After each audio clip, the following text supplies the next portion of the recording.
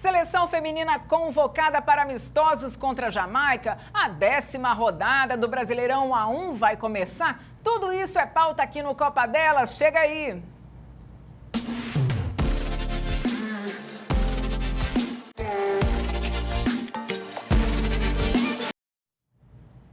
E hoje quem dá o papo aqui no Copa Delas é Rafael Siqueira e Thalita Gildice, jornalistas esportivos. Bem-vindos ao Copa Delas, uma honra receber vocês dois aqui. Mas antes da gente falar de Brasileirão, vamos comentar a convocação da seleção brasileira feminina para os amistosos contra a Jamaica, dias 1º e 4 de junho em Recife e Salvador, respectivamente, com transmissão aqui na tela da TV Brasil. Eu vou jogar a primeira pergunta para Thalita. Thalita, bem-vinda novamente. Um destaque dessa convocação é Bianca Brasil, que está brilhando lá no Cruzeiro. Está brilhando muito. Prazer estar aqui. Muito obrigada pelo convite. É isso, né? Eu acho que não tinha como o Arthur ignorar a existência da Bianca, né? Ela está realmente surpreendente dentro do Cruzeiro, jogando muito, sendo fundamental na construção do time, sendo fundamental nas vitórias do Cruzeiro.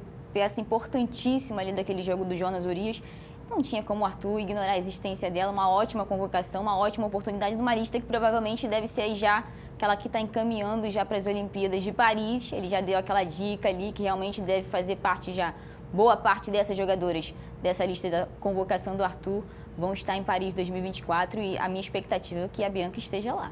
Pois é, o Arthur também deu essa dica, né? Como você mesmo falou, tá chamando agora para essa preparação, porque amistoso é preparação. E aí o nome dela tá lá, ela que tá muito bem, como você falou. E a gente comentava aqui, Bianca tem 28 anos, teve um início no Rio de Janeiro, mas agora que realmente ela tá ganhando uma ascensão e que bom.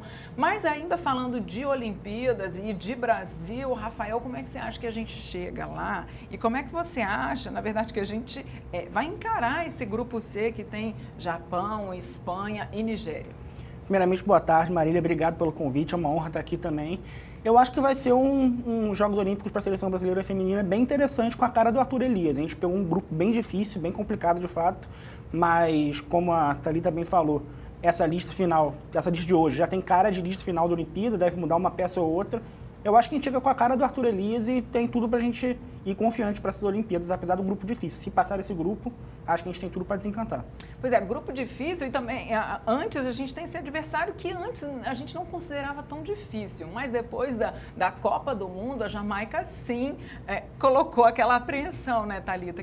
Como é que você acha que a gente vai reagir aí a essas duas partidas contra a Jamaica? Esse é um reencontro interessante, né, entre Brasil e Jamaica. Realmente foi um jogo talvez mais difícil do que a gente esperava. O Brasil precisava vencer, acabou empatando em 0-0, acabou sendo eliminado na Copa do Mundo precocemente, mas eu acho que o Brasil chega mais pronto para esse jogo contra a Jamaica. O Arthur Elias é um técnico muito ofensivo, né? O Brasil realmente tem conseguido ali, principalmente do meio para frente, ser muito positivo com o trabalho dele, apesar de ser um trabalho bem recente, mas esses jogos amistosos que a CBF tem promovido com a seleção tem sido muito importante. Mais do que isso, né? Jogos contra grandes seleções. Eu acho que esse é o grande ponto. Então, ele tem conseguido realmente entender como o Brasil funciona diante de grandes adversários. E a Jamaica é uma dessas adversárias. Vai ser bom jogar contra ela. Mais do que isso, jogar em casa, né? Ver como é que a seleção também funciona, jogando, aspas, mas com apoio também pressão da torcida brasileira. Claro. Então, acho que tudo isso está sendo muito importante nessa construção do trabalho do Arthur para as Olimpíadas de Paris. Vamos lá, vamos. E ainda falando de seleção, dia 17 vai ser anunciada a sede do próximo Mundial de 2027. O Brasil concorre fortemente. E eu conversei com a coordenadora de seleções femininas, a Cris Gambaré, e ela falou que está com a expectativa lá em cima. Vamos ver. Olha, eu acho que a expectativa é das mais ansiosas, né? Mas muito positiva, porque nós temos realmente condições de trazer e sediar a Copa do Mundo Feminina. O nosso presidente se demonstrou e se mostrou muito participativo de todas as regras entregues e é o que realmente a FIFA exigiu.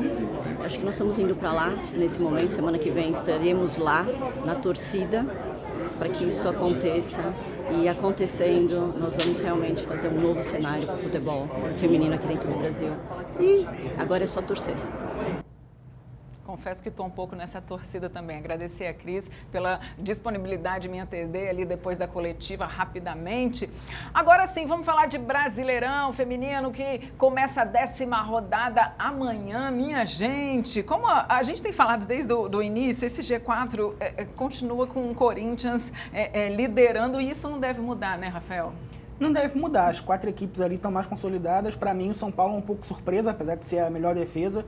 Se o Flamengo chegar para roubar a vaga de alguém, eu acho que seria do São Paulo, mas é uma missão difícil. Eu acho que essas 4 equipes paulistas estão melhores no campeonato para segurar o G4 mesmo. Pois é, lembrando que a gente está entrando na 10ª rodada, faltam 5 apenas para as quartas de final. Os 8 primeiros classificados vão para as quartas e os demais, no caso, abaixo na zona de rebaixamento, vão ser rebaixados e os outros vão ficar ali naquele limbo, né, vamos dizer assim. Aqui na TV Brasil a gente vai transmitir no sábado Palmeiras e Santos, que começa às 3 horas da tarde, pré-jogo às 15, às 14h45, 2h45, e também a gente vai transmitir Cruzeiro e Botafogo às 9 da noite, o pré-jogo 8h45. O que a gente pode esperar, Thalita, desse clássico paulista, Palmeiras e Santos?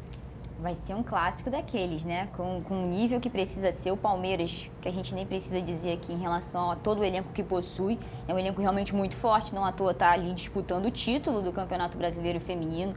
É uma equipe que já vem batendo na trave em algumas competições, alguns títulos, algumas disputas. É um time muito forte, ofensivamente muito bom. Conseguiu melhorar em relação a 2023 aquela parte da compactação defensiva, então isso tem sido muito importante nessa disputa do Brasileirão em 2024.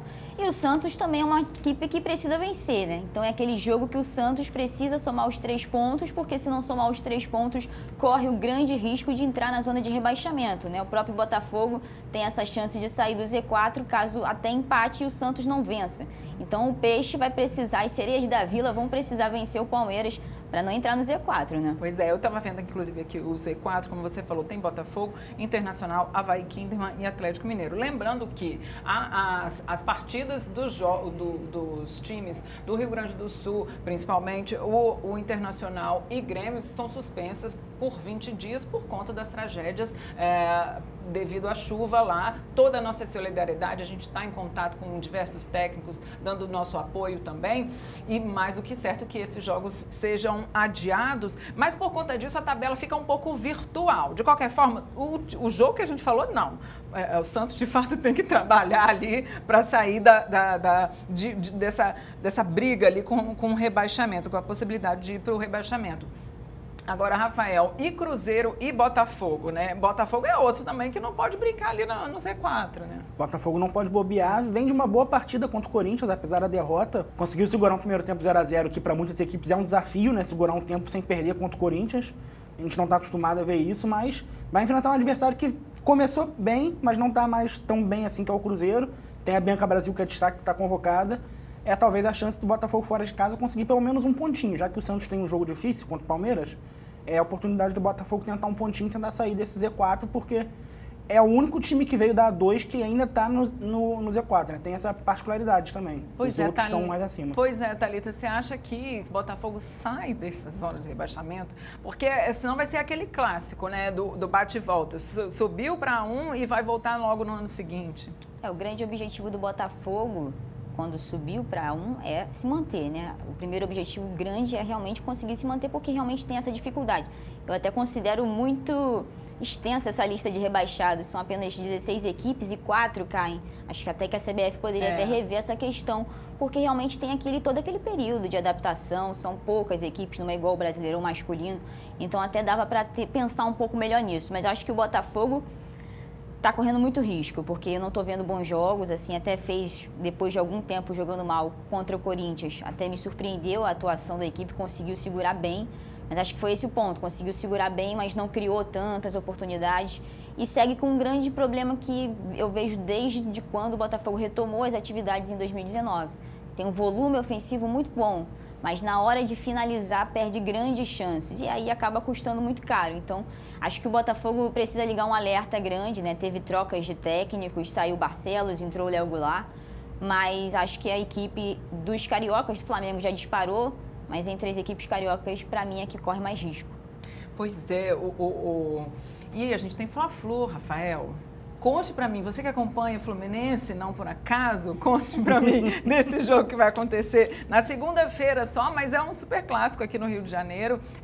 A gente fala de Flamengo, que tem já essa tradição de estar na elite ali do futebol feminino, mas na verdade só tem um título, né? E esse ano agora que começou a engatar mesmo. Até então estava ali, flertou com a zona de rebaixamento e Fluminense de Hoffmann tentando se manter na A1, né? O que a gente pode esperar dessa partida? Tentando se manter. Primeiro que é uma rodada com vários clássicos, né? Palmeiras e Santos, que a gente vai mostrar aqui, e o próprio Fla-Flu na segunda-feira. O Fluminense já tirou ponto do Flamengo nessa temporada, conseguiu um empate na Copa Rio inesperado lá em Xerém, numa formação com 4 atacantes do Hoffmann, que eu espero que ele não repita. Eu acho que a melhor solução contra o Flamengo na segunda é um meio-campo mais povoado, porque no último jogo contra o América do Flamengo a gente pôde ver que a Cristiane, tendo bola em profundidade, aproveitando a linha de impedimento mal feita, tem aproveitado muito, é artilheira do campeonato. É artilheira do campeonato, com 9 gols. Então, acho que a melhor solução é o meio de campo, ainda mais aproveitando que a Carolzinha voltou do Sul-Americano Sub-20, a Camila Pini estava suspensa, voltou, então um meio de campo pelo menos 3 ali, eu acho que é o ideal para segurar o Flamengo. E o Flamengo, que começou a temporada mal, perdeu a Copa Rio também, o Botafogo foi campeão da Copa Rio, mas o Flamengo era o grande favorito.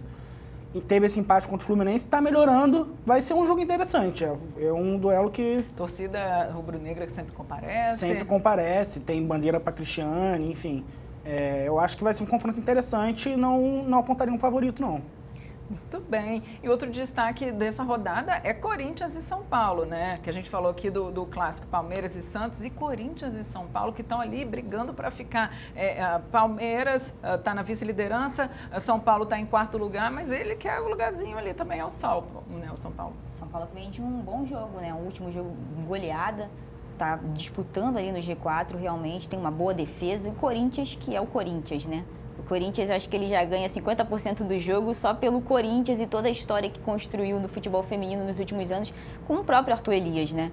Então, é uma equipe muito forte ofensivamente, não tenho o que dizer em relação ao Corinthians. Defensivamente também é uma equipe muito organizada. O Corinthians é um time muito organizado, mas o São Paulo tem feito bons jogos, não à toa está disputando também o título brasileiro, e vai ser mais um jogo muito decisivo, né? Todo mundo tem as brigas de baixo da tabela, na parte de baixo, tem as brigas ali na parte de cima. Eu acho que vai ser, com certeza, um bom jogo e talvez até surpreendente. Não duvido do São Paulo. Pois é, em que pese vai ser na casa do Corinthians, e como a gente falava de torcida, a torcida corintiana comparece demais, mas é isso, né? A briga acontece dentro de campo e a gente vai ver como é que vai ser. Agora é interessante a gente estar falando aqui de G8, dos classificados para as quartas de final, e embora esteja com as partidas adiadas, é legal a gente falar de Grêmio, né? Você acompanhou bem o trabalho da Taissan aqui pelo Fluminense, e agora seria um jogo contra o América Mineiro. Então são duas equipes que estão se destacando muito, né?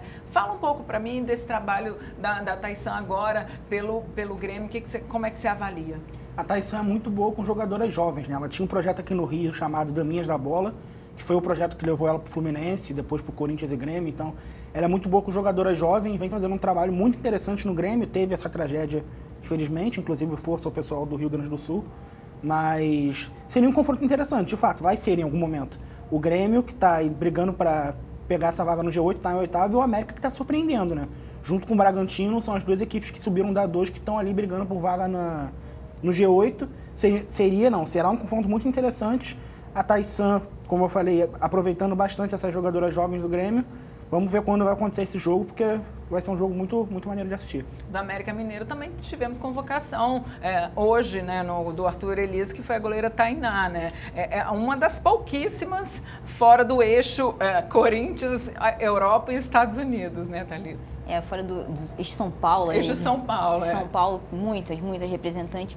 Muito porque também, né, a Federação Paulista, acho que é importante a gente destacar, né, valoriza muito o futebol feminino, diferente das outras federações. Então isso ajuda também muito que essas equipes paulistas cresçam, se desenvolvam, fora o auxílio dos clubes também. Mas realmente a Tainá goleira, então vai ser uma das surpresas nessa lista, além da Bianca Brasil, talvez tenha sido a Tainá, que é uma goleira que realmente vem desempenhando bem. O Arthur falou sobre isso na coletiva, ele falou que testar, está disputando vaga também com outras grandes goleiras, né? A Luciana da Ferroviária, a Lorena do Grêmio, que voltou há pouco de lesão, inclusive. Então é uma disputa acirradíssima, mas ela realmente vem desempenhando muito bem no América, e o América que vem fazendo um trabalho muito interessante, um trabalho realmente muito consistente, muito bem organizado, né? Não só em campo, mas fora dele. A gente às vezes esquece que é importante, né, essa parte da direção, se importar. Sim. Então tem refletido bastante em campo essa organização fora do América Mineiro, e não à toa elas estão brigando ali bem para, quem sabe, chegarem ali na próxima fase do Campeonato Brasileiro Feminino. Acredito que consiga, inclusive. Tem feito bons jogos. Pois é, a gente conversava antes sobre essa questão da gestão, como importa, e ainda mais falando de futebol de mulheres. A gente fala em Minas, dos 3 principais, e aí tem Atlético Mineiro e Cruzeiros, que são os 2 principais, né, os 2 grandes, e América Mineiro, como eles mesmos chamam, o Mequinha. Mas o América está ali, absorveu algumas jogadoras do Atlético e está fazendo bonito, né? Agora, muito bem, já que falei disso, vamos falar então de Real, Brasília e Atlético Mineiro, sim, nesse final de semana também, amanhã, 3 horas da tarde. É um duelo bem, não sei se eu posso dizer desesperado, porque o Atlético Mineiro consegue sair dessa, Rafael? Cara, eu acho que não, mas é um duelo interessante, porque são 2 equipes que tiveram muito problema com estrutura, jogadoras reclamando, mas diferente do Atlético, o Real Brasília vai se segurando, tá ali com 10 pontos.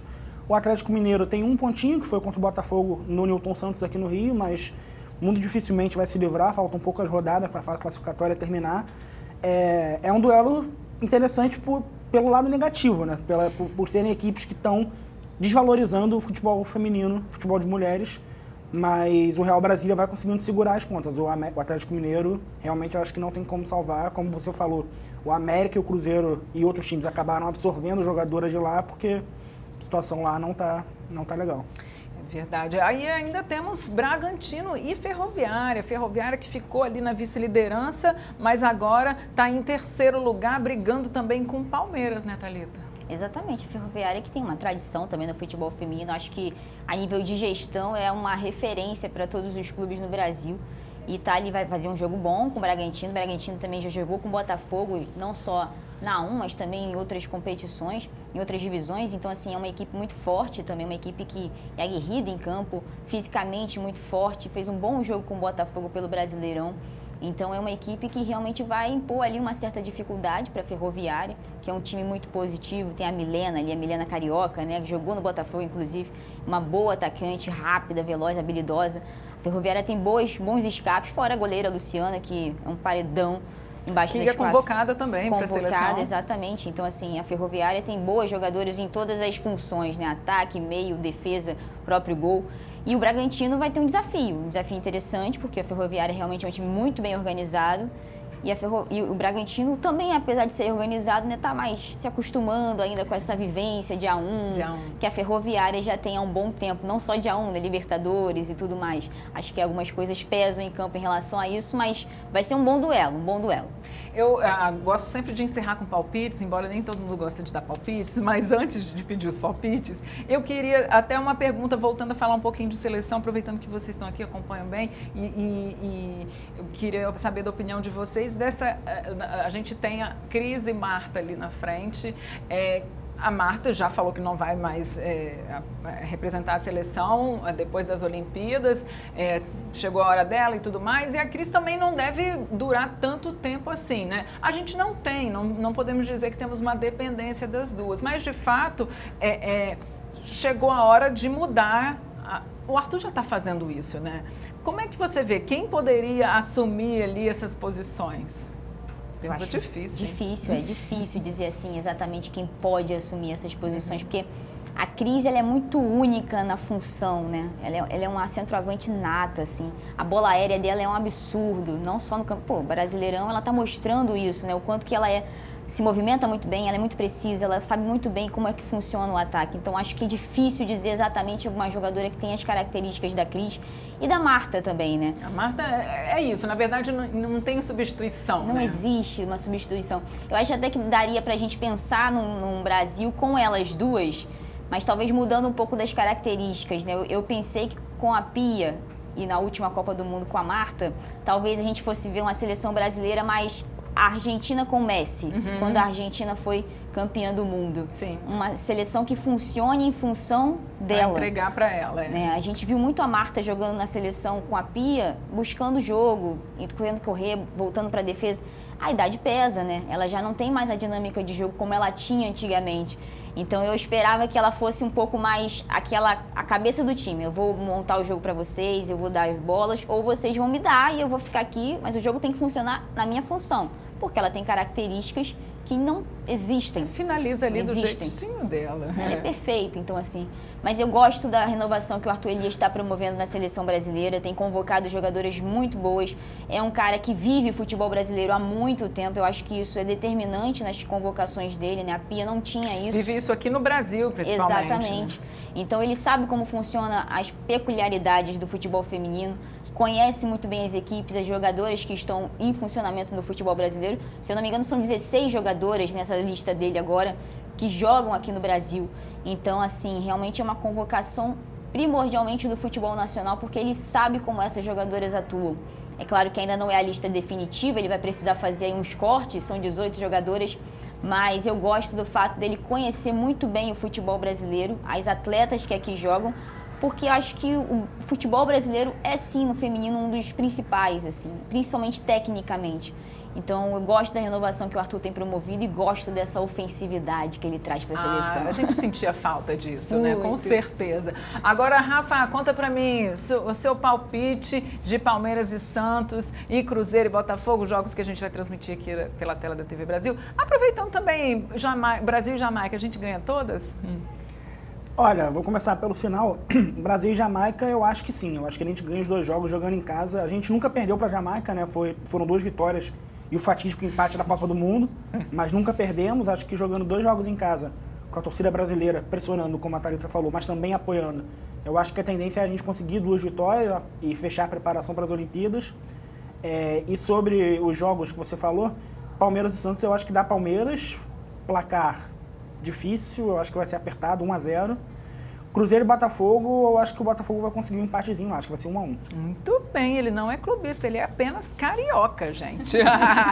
Agora, Thalita, fala para mim palpite de seleção e também para esses jogos Palmeiras e Santos e Cruzeiro e Botafogo. Seleção, são 2 jogos, né, São para 2 Jamaica. jogos. Acho que vai ser um 2-0 para o Brasil e no outro 2-1. Palmeiras eu acho que vence por 2-1 e acho que o Cruzeiro vence por 2-1 em casa. Acho que é isso. Beleza, minha gente.